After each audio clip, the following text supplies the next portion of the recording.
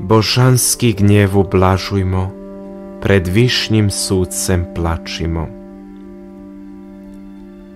Prečasni u Kristu i predragi vjesnici radosti, mi nismo pozvani na napuštanje vjere, kao ni svetosti same vječnosti, već smo pozvani biti što više bliže čovjeku ovog vremena i potrebitima. Poznati su vam primjeri svetaca koji su bili uz gubavce svog vremena, kao i primjer svete majke Terezije te svetog Ivana Pavla II. Pape. Samo što se nažalost zaboravljaju te stvarnosti svetosti, koji sami gorljivi primjeri, jer je došlo vrijeme nadmudrivanja te nadjačavanja sred filozofije i mudrosti koja uopće nema veze s Božjom mudrosti i razboritosti. Prije svega, podsjećam vas na riječi svetoga Pavla apostola.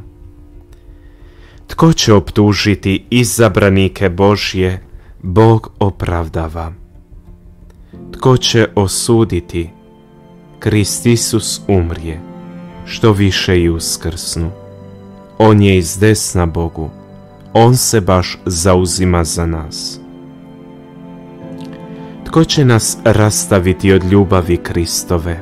Nevolja, tjeskoba, progonstvo, glad, golotinja, pogibao, mač. Kao što je pisano, poradi tebe ubijaju nas, dan za danom, i mi smo im ko ovce za klanje.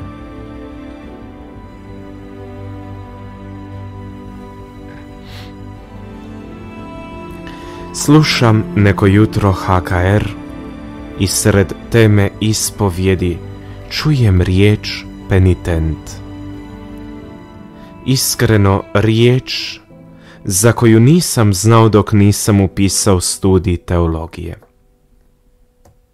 A što bi tek trebali reći takozvani obični vjernici? Sred nejasnih i neprotumačenih te nehrvatskih riječica i riječi prelako može doći do krivog poimanja, shvaćanja, prije svega nerazumijevanja. Predragi u Kristu, nije li ljepše čuti pokajnik? Nije ni bitno što je ljepše čuti, bitno je da je jasno, da čovjek shvaća i razumije. Tako treba biti sa svim, da čovjek razumije. Dok sveti Ivan Pavao II 1980. godine progovara: svećenik kao poslužitelj svete Euharistije snosi za svete prilike prvenstvenu odgovornost. Prvenstvenu jer je totalna. Također se u svojoj enciklici o Euharistiji jasno daje do znanja od strane pape: ako pred ovim otajstvom razum doživljava vlastite granice, srce prosvjetljeno milošću Duha Svetoga jasno naslućuje kako se postaviti, snizujući se u klanjanje te u bezgraničnu ljubav. Papa Benedikt XVI u svom dijelu Svjetlo svijeta jasno daje do znanja: time što sada tražim da se pričest prima klečeći i na usta, htio sam postaviti znak strahopoštovanja i uskličnik za stvarnu Kristovu prisutnost.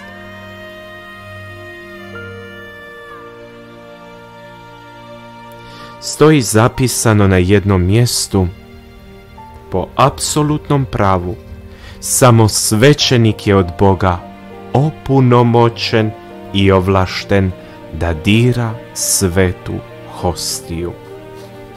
Laik to nije. Ruka svećenika je posebno za to i posvećena.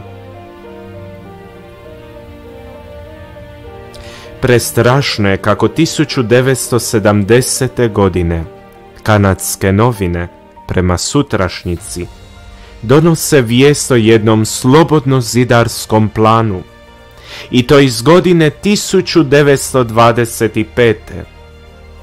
po pitanju kako se može oduzeti vjernicima vjera u Kristovu prisutnost u Euharistiji. Donesen biva sljedeći prijedlog: navesti ljude da se pričešćuju stojeći, kako bi im se tada udjelila hostija u ruke. Tako pripremljeni, uskoro će oni u Euharistiji vidjeti još samo simbol jedne bratske zajedničke gozbe. Nažalost, ovim pokleknuti, čak i sami sinovi Svete Crkve dovode u pitanje pred mnogima nedostojnost postupanja pred dostojanstvom svetosti, nedostatak strahopoštovanja te gotovo nepoštivanje euharistijskih prilika. Protiv takvog pokreta slobodnozidarstva žestoko se borio sam blaženi Alojzije Stepinac kardinal.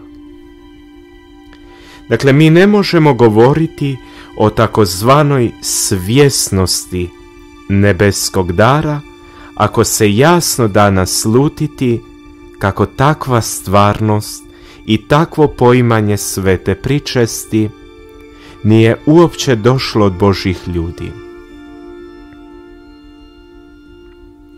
Ne stoji li zapisano u 987. zakoniku kanonskog prava: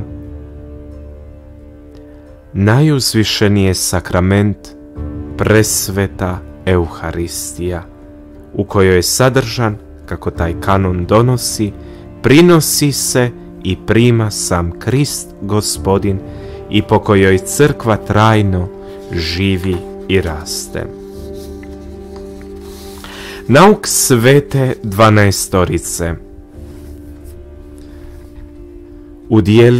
U dijelcu da počujem što duh poručuje crkvama, jedan od najstarijih postnovozavjetnih spisa s početka 2. stoljeća, preuzima apostolsku tradiciju i u svećenikova usta prije dijeljenja sakramenta stavlja, znate koje riječi: tko je svet, to jest u milosti, a ne u grijehu, neka pristupi. Tko nije, neka čini pokoru.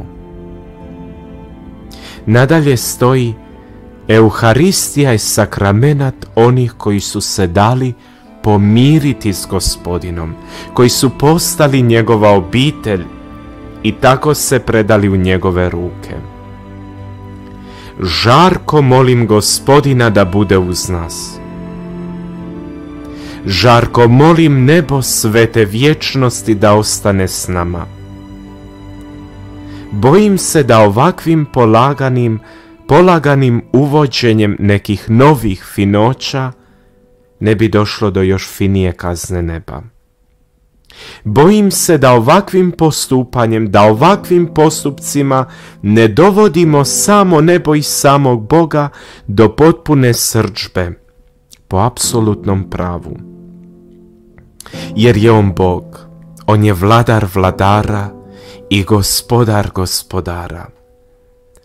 Dok zatvaranjem crkve, još većim postupanjem tog pustinskog ostavljanja naše kralja ljubavi, mi kao da se udaljavamo od puta, od križa.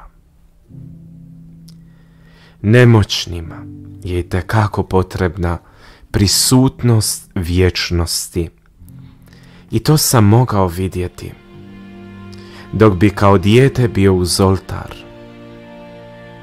dok bi ministrirao i gledao kako pobožne naše bake stoje u crkvi, kako mole, kako se klanjaju nebu, kako vole to čemu pripadaju, bakama, djedovima.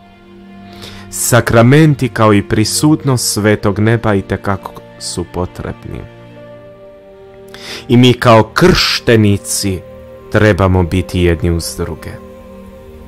Svjestan sam da je krvopija sve žešći iz trenutka u trenutak, ali sam još svjesni da želim Kristu pripadati, da želim svetosti pripadati kao i mnogi, te prisutnoj vječnosti, jer je Bog i sad uz nas. Stoga vas žarko pozivam na molitvu, post i pokoru. Bez toga ne možemo se obraniti, propadamo i tonemo u propast.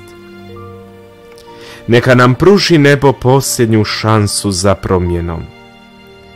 Neka nam nebo bude blizu dok se i mi molitvom nebu približavamo. Važno je koristiti se svetim takozvanim elementima, da tako kažem, svetom vodom, svetom soli, svetim uljem. Važno je ostati s tom svijesti blizu Bogu, pa će i Bog dati snage, pa će i nebo dati svoj odgovor, jer smo tražili, kucali. U ovom vremenu, predragi, budimo mudre djevice. Ne treba se nikom žestoko ni oštro suprotstavljati ako na to nismo pozvani, jer i ljubiti nam je neprijatelje i one koji ne prihvaćaju križ Krista. Ali itekako trebamo braniti vječne ideale za koje smo stvoreni, da s križa, kako crkva moli, pastir brižljivi sve ovce svoje prikupi.